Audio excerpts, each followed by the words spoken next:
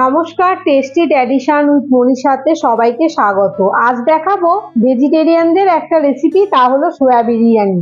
তো চলুন শুরু করি। প্রথমেই আমি 250 গ্রাম বিরিয়ানি চাল আধ ঘন্টা ভিজিয়ে রেখে 80% সিদ্ধ করে নেব। এখন গরম জলে ভিজিয়ে শুকনো সয়াবিন ম্যারিনেট করব। আদা রসুন পেস্ট, কাঁচা লঙ্কা, টমেটো, পেঁয়াজ পেস্ট ও রেগুলার মশলা আর নুন দিয়ে। এখন কড়াইতে বেরেস্তা ভেজে তুলে নিয়ে ওই তেলেই সয়াবিন দিয়ে কষাতে থাকবো। আর একে একে টমেটো সস, নুন, কাঁচা লঙ্কা, গরম মশলা গুঁড়ো, কাসুরি মেথি, কেওড়া ওয়াটার ও বেরেস্তা মিশিয়ে নিলেই আমার সয়াবিন রেডি হয়ে যাবে।